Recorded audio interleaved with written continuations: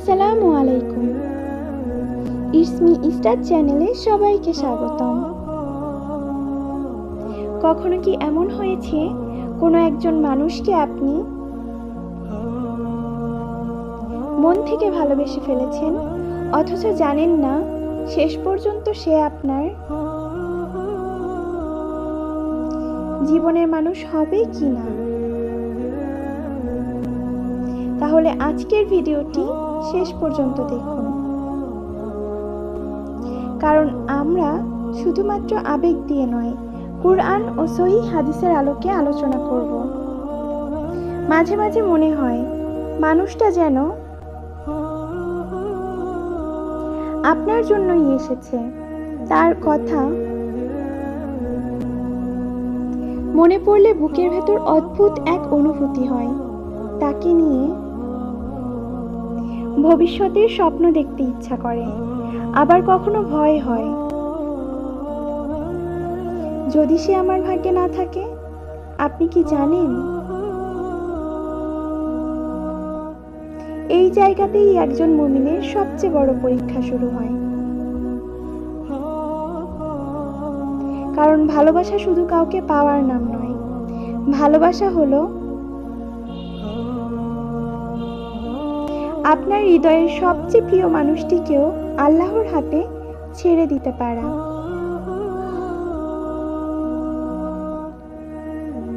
তাই আজকের ভিডিওটি তাদের জন্য যারা কাউকে ভালোবাসেন কিন্তু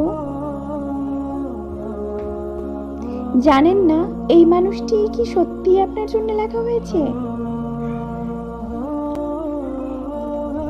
একটি কথা শুরুতেই মনে রাখবেন, কোনো অনুভূতি বা ঘটনা দেখে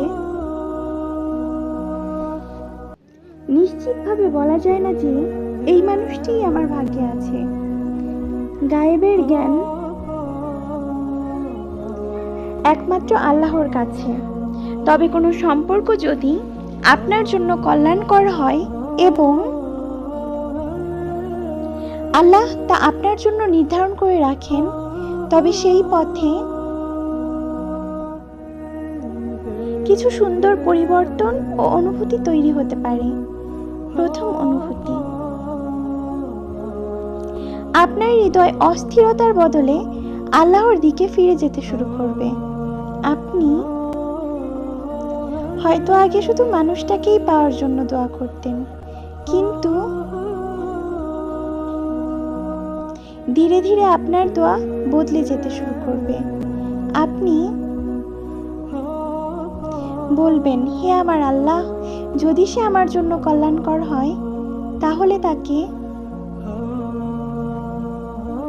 আমার জন্য সহজ করে দিন, আর যদি সে আমার জন্য ভালো না হয় তাহলে আমার হৃদয়কে তার থেকে ফিরিয়ে নিন এবং আমাকে উত্তম কিছু দান করুন।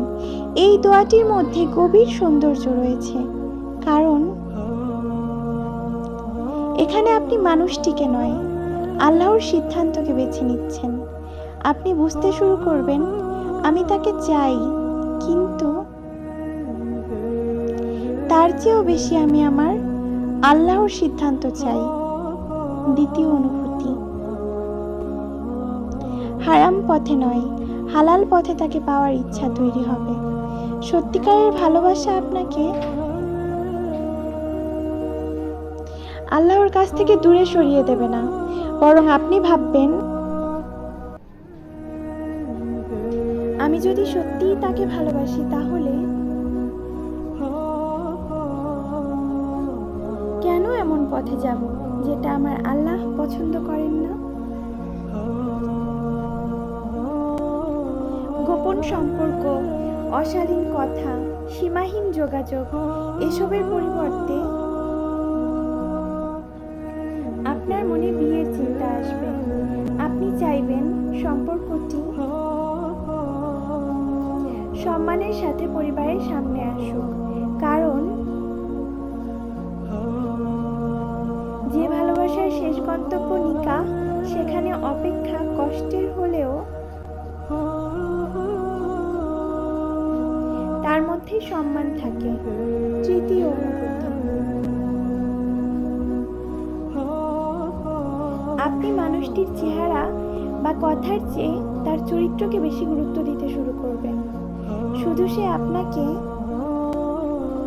কতটা ভালোবাসে এটা আর আপনার কাছে সবচেয়ে গুরুত্বপূর্ণ থাকবে না। আপনি দেখতে চাইবেন সে কি নামাজের ব্যাপারে সচেতন, সে কি বাবা মায়ের সাথে ভালো আচরণ করে, সে কি রাগের সময় নিজেকে নিয়ন্ত্রণ করতে পারে, সে কি আপনাকে সম্মান করে, সে কি আপনার ঈমান ও চরিত্রকে ভালো করার কারণ হয়।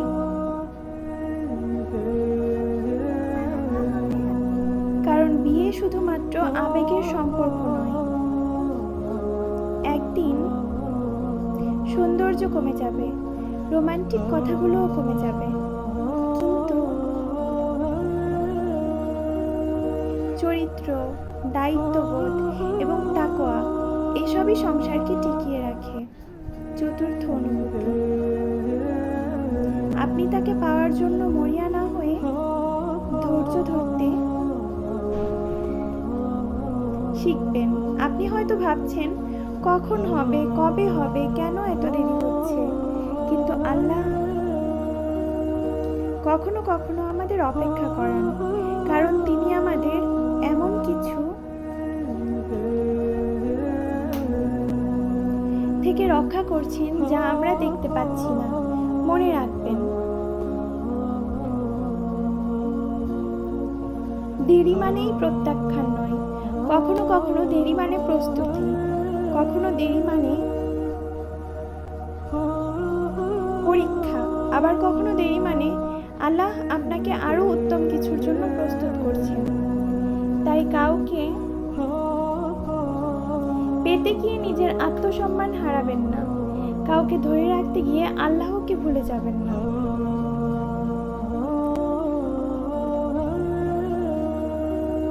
আর কাউকে পাওয়ার জন্যে এমন কোনো কাজ করবেন না যার জন্য পরে আপনার বিবেক আপনাকে কাঁদাবে।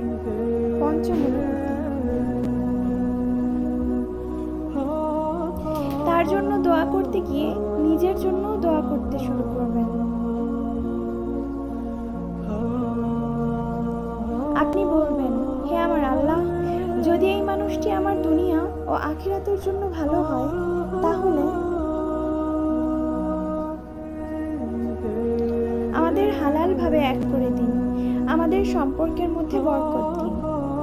আর যদি সে আমার জন্য ভালো না হয় তাহলে আমার হৃদয়কে শান্ত করে দিন। আমাকে এমন কাউকে দিন যার সাথে আমি আপনার আরো কাছে যেতে পারবো। এই দোয়াটি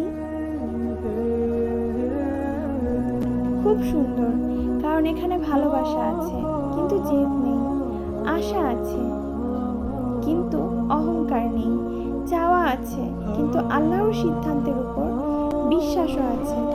ষষ্ঠ অনুভূতি, আপনি বুঝতে পারবেন মানুষটি আপনার জীবনে আসুক বা না আসুক, আল্লাহ আপনার সাথে আছেন। এটাই সবচেয়ে বেশি গুরুত্বপূর্ণ, কারণ কখনো কখনো আমরা একজন মানুষকে এত বেশি ভালোবেসে ফেলি যে মনে হয় সে না থাকলে আমার জীবন শেষ। কিন্তু না, আপনার জীবন কোনো মানুষের উপর নির্ভরশীল নয়।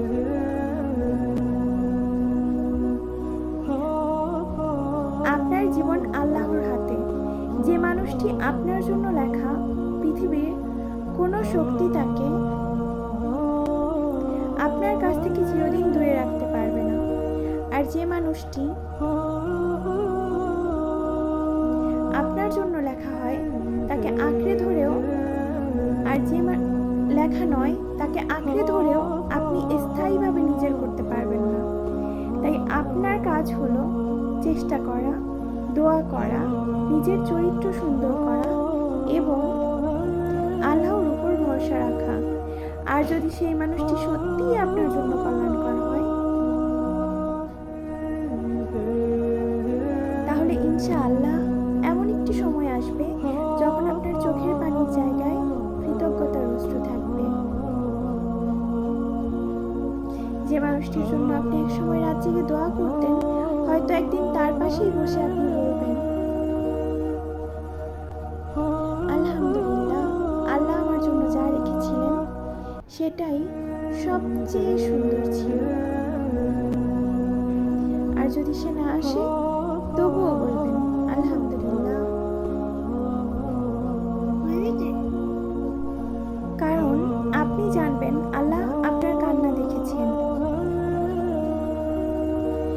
আপনার অপেক্ষা দেখেছেন, আপনার দোয়া শুনেছেন। হয়তো আপনি যাকে হারিয়ে যাওয়া ভাবছেন সেটাই ছিল আল্লাহর পক্ষ থেকে আপনাকে রক্ষা করা। তাই আজ রাতে যদি কেউ আপনার মনে থাকে, যার জন্য আপনার হৃদয় কাঁদে, তাকে নিয়ে শুধু একটি কথাই আল্লাহর কাছে বলুন, হে আমার আল্লাহ, আমি তাকে চাই, কিন্তু তার চেয়েও বেশি চাই আল্লাহ আপনার সন্তুষ্টি। যদি সে আমার জন্য উত্তম হয়, তাকে হালালভাবে আমার নসিবে লিখে দিন। আর যদি সে আমার জন্য উত্তম না হয়, তাহলে আমার হৃদয়কে আপনার ভালোবাসায় পূর্ণ করে দিন। মনে রাখবেন, ভালোবাসার সবচেয়ে সুন্দর পরিণতি শুধু প্রিয় মানুষকে পাওয়া নয়, ভালোবাসার সবচেয়ে সুন্দর পরিণতি হলো প্রিয় মানুষকে পাওয়ার চেষ্টার মাঝেও আল্লাহকে না হারানো। কারণ মানুষ আপনার ভাগ্য জানে না, আপনিও জানেন না, শুধু আল্লাহ তাআলা জানেন। তাই কাউকে ভালোবাসলে তাকে নিয়ে স্বপ্ন দেখুন, কিন্তু আপনার সবচেয়ে বড় স্বপ্ন হোক আল্লাহ আপনার জন্য যা নির্ধারণ করেছেন তাতে আপনার হৃদয় যেন সন্তুষ্ট থাকে। হয়তো আপনার গল্পের শেষটা আপনি এখনো জানেন না, হয়তো গল্পের সুন্দর অধ্যায়টি এখনো শুরুই হয়নি। তাই অপেক্ষা করুন, দোয়া করুন, নিজেকে আল্লাহর জন্য সুন্দর করুন। আর বিশ্বাস রাখুন, আল্লাহ যখন কিছু আপনার জন্য নির্ধারণ করেন, তখন তার সময়, তার পথ এবং তার পরিণতি সবকিছুই তার জ্ঞানের মধ্যে থাকে। আপনার শুধু একটাই কাজ, আল্লাহর উপর ভরসা রাখা। আল্লাহ আপনার হৃদয়ের প্রতিটি নীরব কান্না কবুল করুন। আপনার ভালোবাসাকে যদি কল্যাণকর হয়, হালাল ও বরকতময় করে দিন। আর যদি তাতে কল্যাণ না থাকে, তাহলে তার চেয়েও উত্তম কিছু দিয়ে আপনার হৃদয়কে শান্ত করে দিন। আমিন।